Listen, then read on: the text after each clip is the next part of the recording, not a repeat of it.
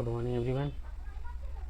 ठीक है, हम लोग नेक्स्ट वीडियो में हम लोग बताए थे कि क्वेश्चन नंबर अगला पढ़ेंगे। तो ये हम लोग क्लास 9 का 8.2 पढ़ने जा रहे हैं। पार्ट 3 हो गया ये। ठीक है, पार्ट 2 पहले हो चुका है और ये क्वेश्चन नंबर 3 यहाँ से हम लोग शुरू करेंगे। एक एक बनाते हैं क्योंकि ये बहुत बड़ा क्वेश्चन है, पढ़ाने में टाइम लगता है, इसीलिए एक बनाएंगे और वो भी समझा के। ठीक है, ताकि आपको अच्छे से समझ में आए। दूसरे किसी भी चैनल में आपको जाने नहीं देंगे अगर आप यहाँ पे आए हो तो। ठीक है, तो चलो क्वेश्चन को हम लोग शुरू करते हैं। देखो फर्स्ट क्वेश्चन हमारे पास क्वेश्चन नंबर 3 का है।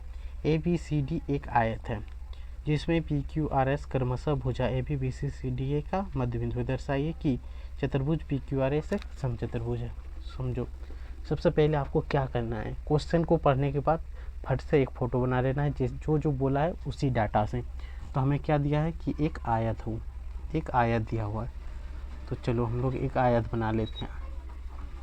आयत का गुण आपको याद होगा, अगर मेरा नेक्स्ट वीडियो आप करे हो, क्वेश्चन नंबर 2 करे हो, तो आपको आयत पता होना चाहिए कि आयत का प्रत्येक भुजा बराबर सम्मुख भुजा बराबर प्रत्येक कोण 90 डिग्री। एक आयत ABCD यही ना है, तो यहाँ बिठा दें ABCD। थोड़ा स्पीड भी चलेंगे, थोड़ा धीरे भी चलेंगे ताकि आराम से बन जाए। ठीक है, ABCD एक आयत है जिसके मध्य बिंदु PQRS है। इसका मध्य बिंदु बिठा देते फट से, जो लगातार है PQRS मध्य बिंदु है। तो दर्शाए कि PQRS एक समचतुर्भुज है। दर्शाना है कि PQRS एक समचतुर्भुज है। यहाँ पे थोड़ा सा चलो, यही है क्वेश्चन, तो यही था। चलो हम लोग कुछ लिख लेते हैं। लिखते हैं कि ABCD एक आयत है। ABCD एक आयत है जिसमें मध्य बिंदु जिसका मध्य बिंदु लिखते हैं, जिसमें मध्य बिंदु, चलो कोई बात नहीं, जिसमें मध्य बिंदु क्या है PQRS है। जिसमें मध्य बिंदु क्या है PQRS है। हमें सिद्ध क्या करना है, लिख देना है सिद्ध करना है। एक सेकेंड, यहाँ पे क्या लिखना है, सिद्ध करना है। क्या सिद्ध करना है कि PQRS एक समचतुर्भुज हो, एक समचतुर्भुज है। यही हमें सिद्ध करना है। तो समचतुर्भुज क्या होता है, एक ऐसा चतुर्भुज जिसकी सभी भुजाएं बराबर हों और एक दूसरे को 90 डिग्री पर काटती है। तो हम लोग सिंपली इसको क्या प्रूव कर देंगे कि सभी भुजा बराबर है। अगर PQ बराबर QR बराबर RS बराबर PS हो जाए तो वो समचतुर्भुज बन जाएगा। यहाँ पे लिख सकते हैं कि PQ बराबर QR बराबर SR बराबर PS हो। ठीक है, तो यहाँ से लिखेंगे रचना। देखो हम लोग बोल सकते हैं कि विकर्ण को आपस में मिला देते हैं। लिखते हैं रचना AC तथा BD विकर्ण को मिलाया।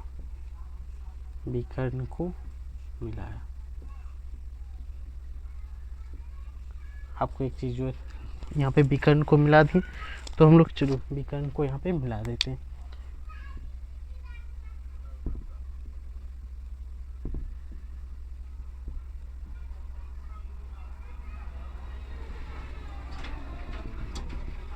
ये विकर्ण मिल गया। ठीक है, अब हमारे पास क्या ऑप्शन है, देखो इससे तो हम लोग ये और ये दोनों को बराबर कर सकते हैं। इससे ये दोनों को बराबर करके हम लोग दिखा सकते हैं कि ये एक समांतर चतुर्भुज है। यही नहीं कर सकते अगर हम ये इस त्रिभुज में ले लें, अगर ये त्रिभुज में ले लें। ठीक है, अगर हम लोग इस त्रिभुज को किसी भी प्रकार से हम लोग एक तो इधर से इधर इसको हम लोग सबसे पहले क्या दिखाएंगे, समांतर चतुर्भुज। ठीक है, सबसे पहले हमें क्या दिखाना कि समांतर चतुर्भुज है। चलो यहाँ से लिख देते हैं हल या प्रमाण। सबसे पहले हमें क्या दिखाना है, ये समांतर चतुर्भुज है। पहले तो कम से कम 2 भुजा बराबर हो, उसके बाद तीसरा देख लेंगे कि कोशिश करके कैसे होता।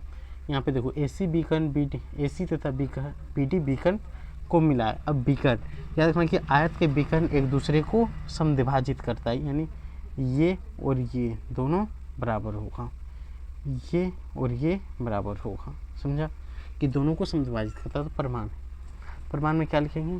त्रिभुज ए बी डी, त्रिभुज ए बी डी में मध्य बिंदु क्या है?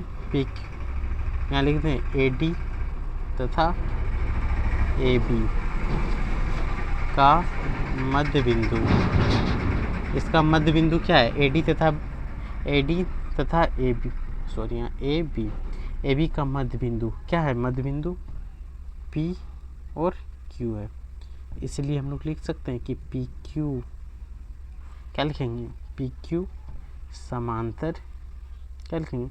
पी क्यू समांतर, ये दोनों समांतर किसका होगा? बी डी का, बी डी, और लिख सकते हैं पी क्यू बराबर हाफ बी डी, लिख सकते हैं कि नहीं? इसी प्रकार हम लोग लिख सकते हैं त्रिभुज, नीचे वाला में इस बार ले लेते हैं बी सी डी में, त्रिभुज बी सी डी में यहाँ लिख दें परिमेय 8.8 से, मध्य बिंदु का परिमेय 8.8 है। तो यहाँ पे बी सी डी में बी से हम क्या लिख सकते हैं कि एस आर समांतर बी डी होगा और एस आर बराबर 1/2 बी डी। अगर ये समीकरण 1 है और ये 2 है तो हम लोग यहाँ लिख सकते हैं कि अतः समीकरण 1 तथा 2 से, 1 तथा 2 से क्या हो जाएगा कि एस, 1 तथा 2 से लिख सकते हैं पी क्यू समांतर एस आर तथा पी क्यू बराबर एस आर। इसलिए पी क्यू आर एस एक समांतर चतुर्भुज है। यहाँ से तो हमें पता चल गया कि पी क्यू आर एस क्या है? एक समांतर चतुर्भुज। कोई दिक्कत? पी क्यू आर एस समांतर चतुर्भुज हो गया तो हम लोग लिख सकते हैं पी क्यू बराबर एस आर, और क्या लिख सकते हैं? पी क्यू बराबर एस आर, यहाँ से लिख सकते हैं क्यू आर बराबर पी एस, क्यू आर बराबर क्यू कहाँ है? देखो क्यू आर बराबर पी एस, ये बराबर हो गया। अब आप सोचो कि इन दोनों को बराबर हम कैसे कर सकते हैं? आप बताओ कैसे कर सकते हैं? अगर यहाँ से हम लोग कर लें, ठीक है, इधर से ले लें और इधर से ले लें तो फिर भी यही दोनों बराबर होगा कि नहीं? हमारे पास दूसरा अपॉर्चुनिटी क्या होगा कि किसी भी तरह से ये और ये चीज़ आ जाए, समान ये और ये बराबर हो जाए। उसके लिए हमें क्या करना पड़ेगा? आप बताओ। हमें तो पता है, हमें पता क्या है कि आयत, हमें पता यही है कि आयत के विकर्ण एक दूसरे को समद्विभाजित करता है, एक दूसरे को समद्विभाजित करता है। ये तो हमें पता है कि आयत का विकर्ण एक दूसरे को समद्विभाजित करता है, यानी कि यहाँ पे देखूँ हाफ बी डी मान लो यहीं तक होगा, आधा होगा कि नहीं? हाफ बी डी बराबर क्या होगा? पी क्यू दिया हुआ, यहाँ हाफ बी डी बराबर ये दिया हुआ है। और यहाँ से हम लोग लिख सकते हैं विकर्ण अगर प्रतिच्छेद कर रहा है तो हम लोग लिख सकते हैं कि ए सी 1/2 ए, यहाँ पे मान लो प्रतिच्छेद करने वाला बिंदु को हम लोग मान लें, पूरा मान लेते 1/AC बराबर 1/2 बी डी। ये मान सकते हैं कि नहीं कि समांतर आयत के विकर्ण एक दूसरे को समद्विभाजित करता है। ये आधा तो ये भी आधा, दोनों बराबर होगा। 1/AC बराबर 1/BD। देखो 1/AC का मान तो हम लोग नहीं निकाले हैं, तो 1/AC बराबर जब इस त्रिभुज में हम लोग लेंगे तो क्या होगा? ये दोनों भुजा बराबर होगा। हाँ, तो देखो एक लाइन पहले हम लोग यहाँ पे नोट कर लेते हैं, उसके बाद इसको बनाते हैं। ठीक है, एक लाइन यहाँ से कर लेते हैं। यहाँ तो समांतर चतुर्भुज तो सिद्ध हो चुका है। ठीक है, एक और त्रिभुज को इसमें जोड़ लेते हैं ताकि ये आसानी से बन जाए।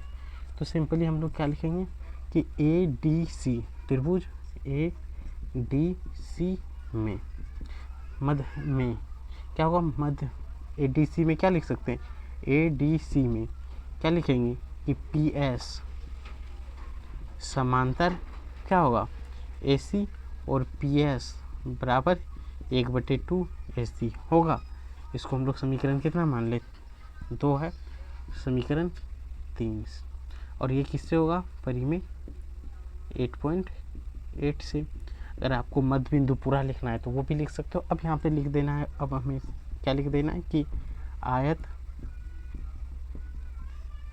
का विकर्ण समद्विभाजित होता है।